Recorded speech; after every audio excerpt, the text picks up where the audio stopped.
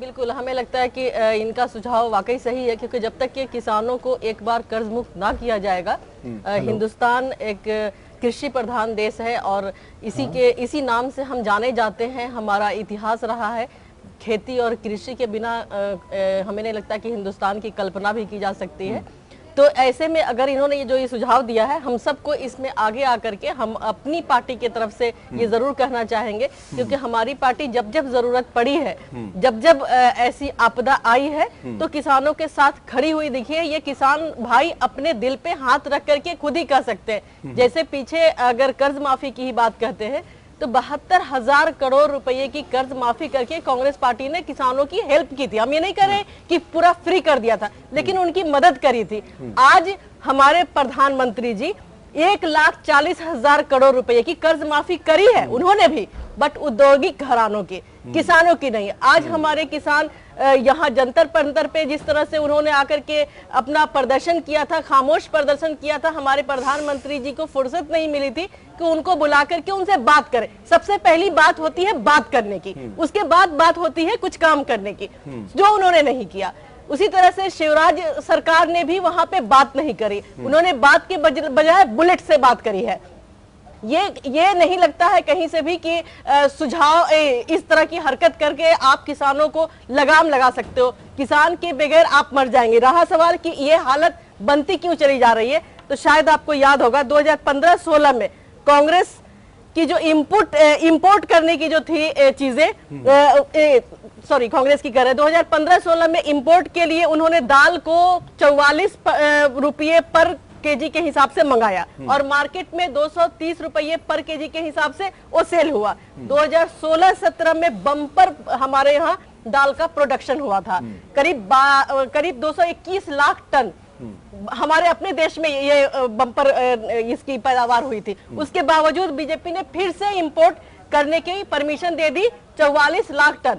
हमें कोई जरूरत नहीं थी इंपोर्ट करने की, और उसे 54 लाख टन इंपोर्ट करने का परमिशन दिया 44 रुपये केजी पे, फिर उसे बेचा 250 रुपये पर केजी के हिसाब से, और इंपोर्ट ड्यूटी 0% कर दी। जबकि कांग्रेस के जमाने में 25% इंपोर्ट ड्यूटी थी। तो आपने इंपोर्ट ड्यूटी खत्म करके एक तरह से जो मिडिल मैन होते हैं उन्हें कमाने का पूरा, जब हमारे देश में दाल का उत्पादन बढ़ा था तो आप बाहर से 40-44 रुपये 50 रुपये के अंदर में खरीद के मंगाते हैं और लोग उसको 250 रुपये खरीदने पे मजबूर होते हैं। तो वही चीज हम अपने किसानों से क्यों ना खरीदें? भले ही हम अपने किसानों से 44 रुपये में आप बाहर से मंगा रहे हैं, हम 40 रुपये पे खरीदेंगे, हम अपने देश के लोगों को उसे 60 रुपये में बेचेंगे, 20 रुपये का तो प्रॉफिट देंगे ना। जब तक आप लोग सत्ता में थे, आप लोगों ने इस तरह की पहल क्यों नहीं की? हमने जब हमें, अब आपको बताते हैं, आपने सही कहा, ये आपने सही बताया। ड्यूरिंग कांग्रेस गवर्नमेंट एक्सपोर्ट करके जो पैसे होते हैं और जो यूएस डॉलर के रूप में हमारी जो मुद्रा स्फीति बनती है, हम सब जानते हैं, उतना हम इकोनॉमिक्स के समझदार नहीं है, फिर भी जो थोड़ी बहुत समझ है, उस टाइम में यूएस डॉलर जब हम शुरुआत किए थे हमारी सरकार, 753.30 मिलियन डॉलर था हमारा, जो बढ़ के 2003-4 में जब हम गवर्नमेंट संभाले थे इतना था, और जब हम गवर्नमेंट छोड़े हैं 2014 में 3,295 मिलियन डॉलर हमने छोड़ा था 2014 में। आज बीजेपी सरकार में एक्सपोर्ट इंपोर्ट के खेल के चक्कर में 1957 मिलियन डॉलर पे हम आ गए हैं, मींस के 1338 मिलियन डॉलर हम डाउन हो गए हैं। मैडम आप देश की बात बता रहे हैं, बात किसानों पे चलिए। देश में सुनो, मेरी एक रिक्वेस्ट सुन ले, आप पहले सुन ले, जब बता देना। आपकी सरकार ने, कांग्रेस पार्टी ने देश में, सुन लो पहले, सबसे ज्यादा राज किया। बीजेपी को बहुत थोड़ा चांस मिला, आपने सबसे ज्यादा।